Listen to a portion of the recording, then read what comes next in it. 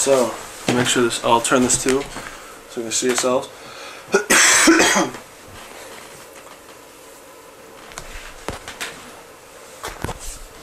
Check, check. Alright, we're good. Here we are. Would you like to introduce yourself, sir? Sure. Name is Hermon Mehari. I'm a trumpeter in Kansas City. No doubt. So you're used to a mic stand.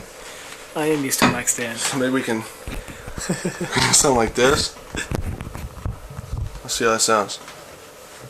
Test, test. You want to give it a go? Test. I like that. Cool. Alright. So over here, as Talib Kweli would say, gutter rainbows. Right? Yeah. Alright. And you are a horn player. Sure. Does that sound accurate? Yeah. Trumpet, as well as obviously then flugel, cornet, whatever. Yeah, yeah. Piccolo, perhaps? No, not at all. No piccolo, no cathedral. No. I know great players who can do that. Yeah. Yeah, it takes a certain chop, I guess. Do you play other instruments? Not proficiently. No. Okay. You know, I have work. You know, my understanding of music is such that I could sit down at a piano and slowly figure things out, but I don't have any technique. Absolutely. Likewise for me. Anyway, but you are largely, in my eyes, known for your jazz work. At the same time, based upon my knowledge of the other things you've been involved in and discussions we've had, you also have an interest in spreading jazz and finding the connections between jazz and other musics. But perhaps I should let you clarify that for people. Yeah. As I make sure the mic is still working. Sure. Yeah. One of my main projects or things I'm involved with is the group I play with called Diverse, and that's our goal, is to really put jazz in and basically in a lot of different people's ears. You know, like a lot of younger people who aren't listening to it, or people who aren't exposed to it, and playing it in such a way that they can relate to it. And that means using other influences that they're more used to, or and that we are just as much accustomed to as well. It's, you know, we like to think that it's genuine, you know, like it's music we listen to as well. So. Yeah.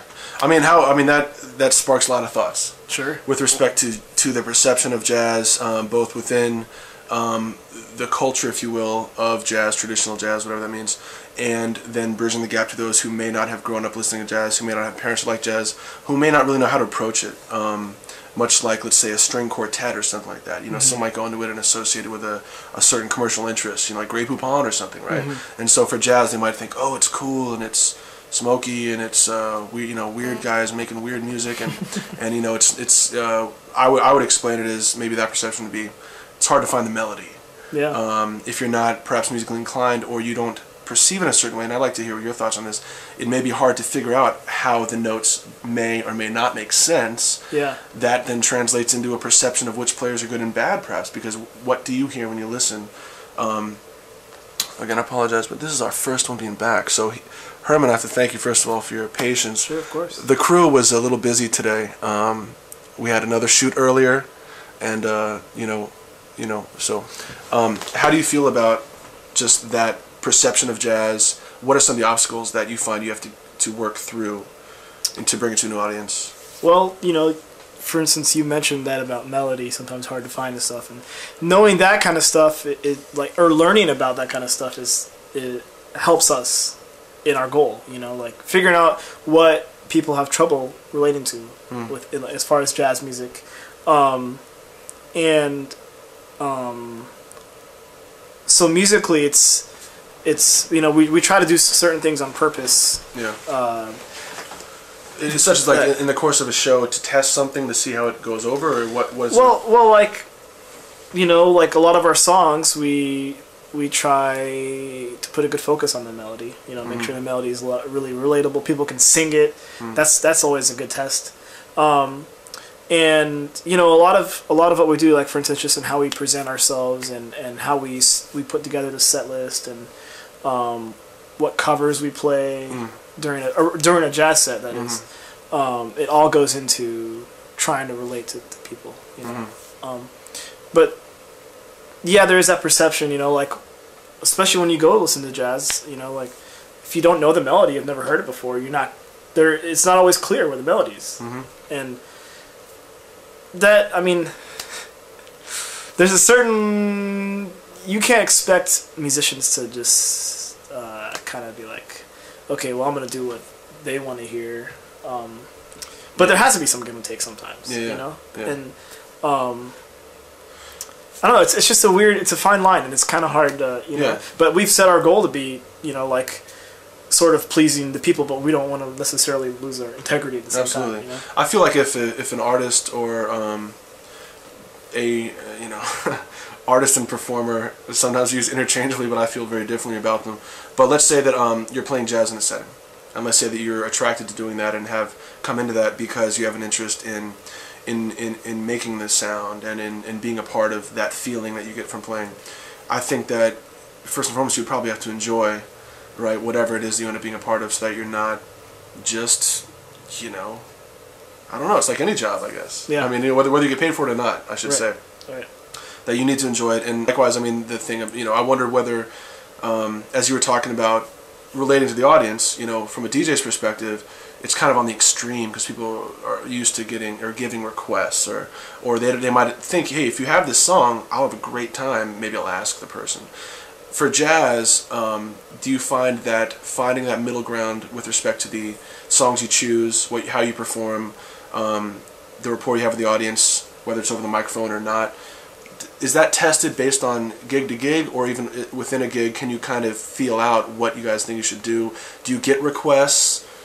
Do you have people, depending on which club you play in, not that you need to name names, you know, however you want to handle it, what is that relationship like with you in your different settings and the audience? You know, how do you find those changes that you may feel would be helpful but acceptable to you?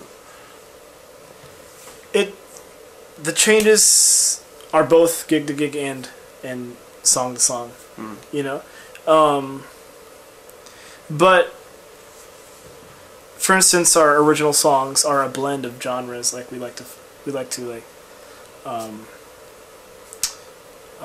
use our diverse influences, pun intended. In kind of the sound exactly that is being created for that song. Yeah.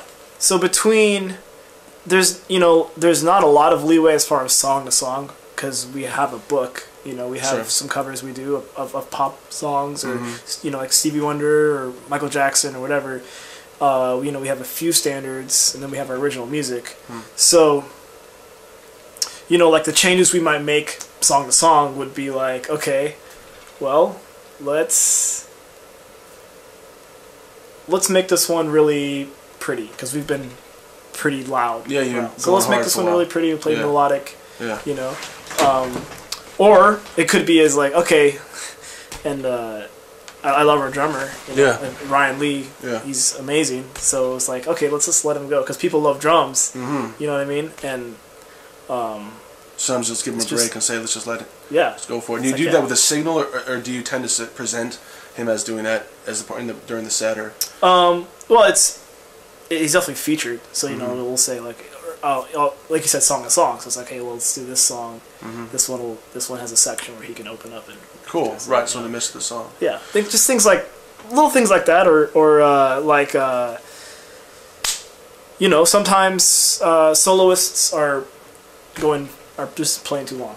Yeah. So it's like, okay, well, our solos have been pretty long. Let's just do some really short ones. Yeah. For the next few songs, and let's play more songs rather than. You know, is that kind of a role you take on in the various groups you're on? Because you're definitely viewed as a leader of a lot of these groups.